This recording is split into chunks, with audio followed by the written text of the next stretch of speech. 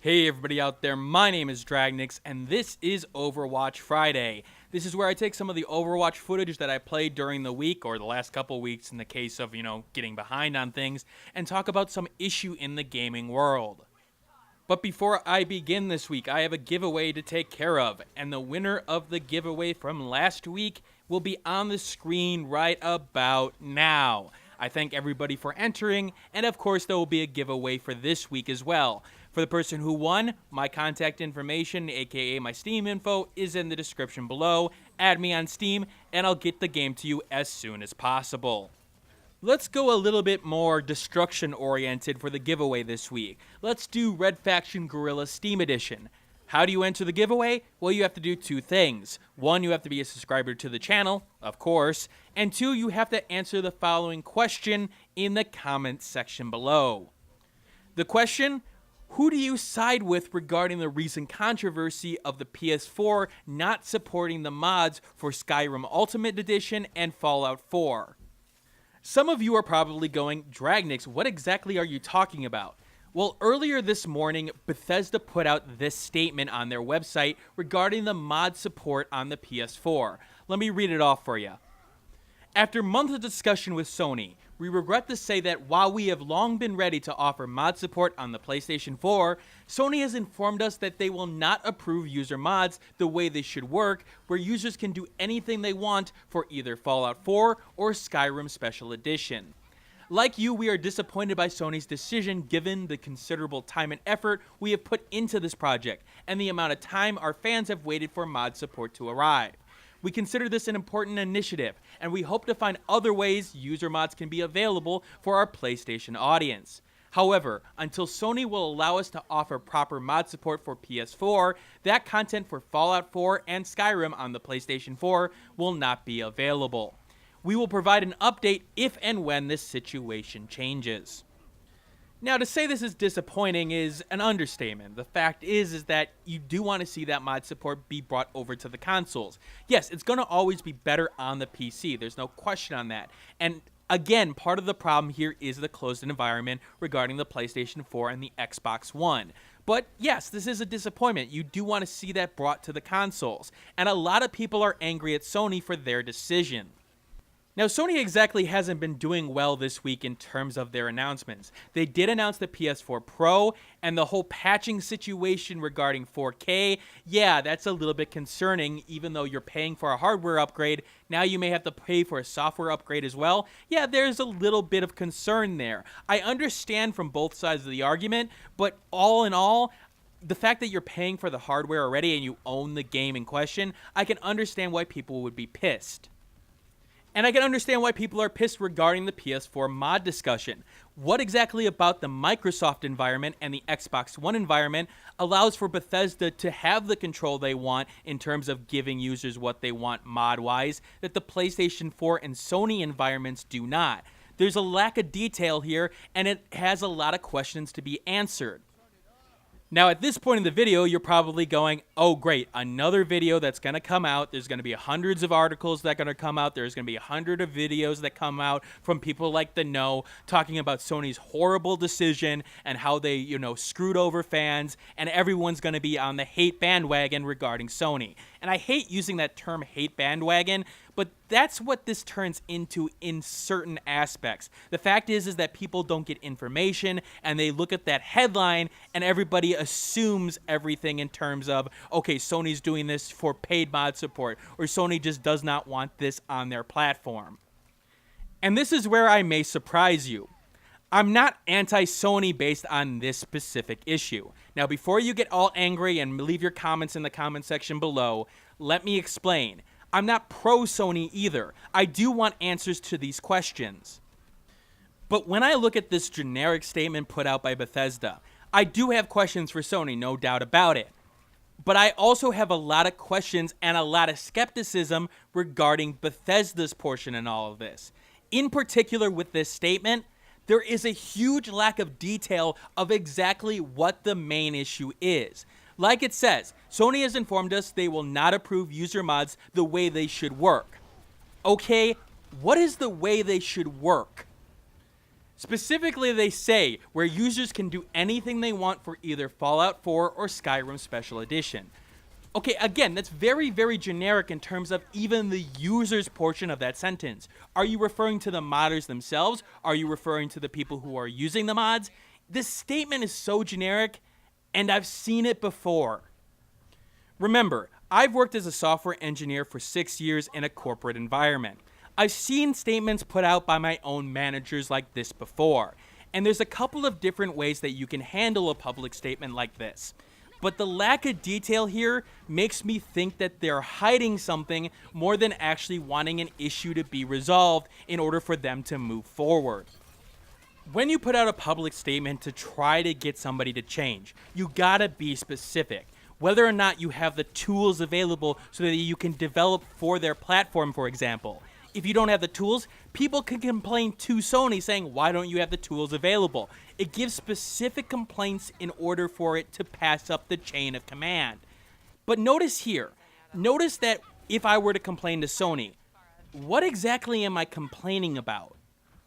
Is it a lack of control regarding being able to take down specific mods if there's complaints about, theft and things like that? Remember, the Xbox One had that regarding certain mod creators having their content uploaded by different users. So is it the fact that they can't support that on their platform? You specifically say that so that Sony has to react to it. Here's the thing. With this generic statement, Sony can easily counter it.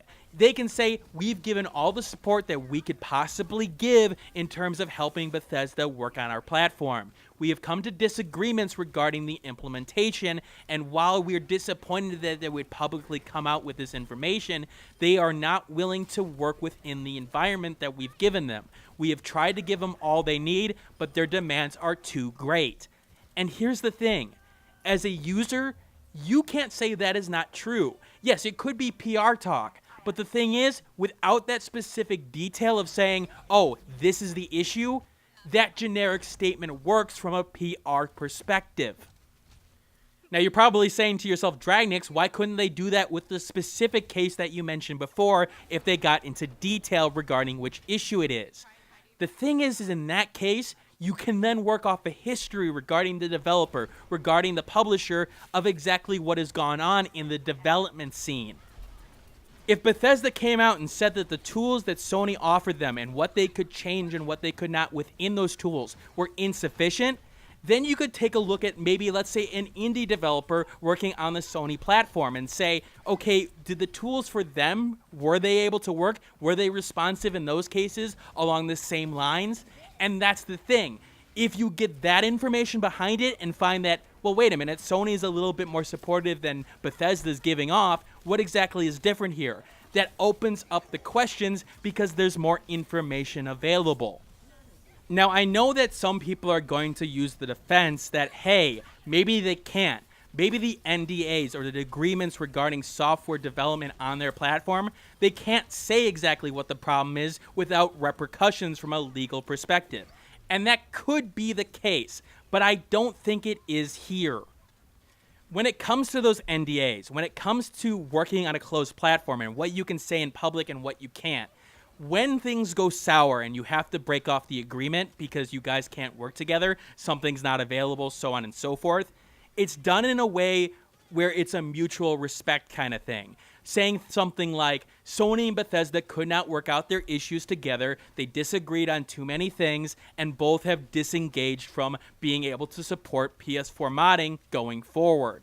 What you don't do is assign blame to one side, which is exactly what Bethesda did. Now, Bethesda could be bluffing in this case. Maybe they're hoping that the pressure that's put publicly on Sony will cause them to change their mind or not even consider legal action in this case. But again, what is the goal of this statement in the end in terms of what Bethesda wants out of this situation? They want full control. What is that full control? And again, I go back to the lack of detail here. To me, this statement reads of something else. What this statement is saying for me right now is that Bethesda may have realized that supporting mods on the PlayStation 4 may not have been a good financial decision. But the amount of work, the amount of effort regarding the PlayStation 4 and the development that they needed to do wouldn't have resulted in an amount of sales that would have, pleased users. The fact is that when it comes to modding, even games like Skyrim, they didn't necessarily sell that well on the PC to begin with. But once that modding scene and all those, little fixes came into place for certain things like, Macho Man Randy Savage as a dragon, people got interested. And that's the same thing that could be available on the Xbox One and the PlayStation 4. Now, maybe for the Xbox One, the tools and the environments that they created at the base level for that game were able to work within the Xbox One environment. But for the PlayStation 4, there were too many changes that needed to be made.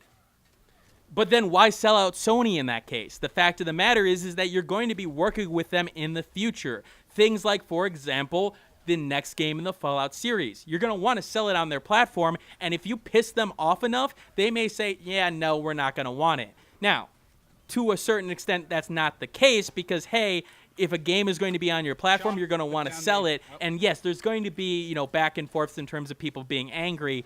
But when it comes to sales, they usually override a bunch of bad feelings regarding PR.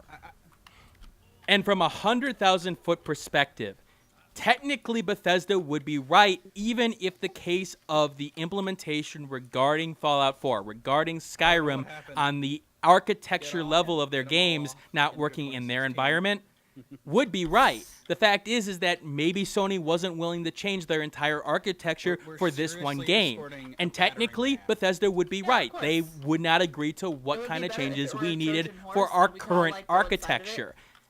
But Dragnix, Microsoft was willing to do it. Yes, but Microsoft had a reason to do it.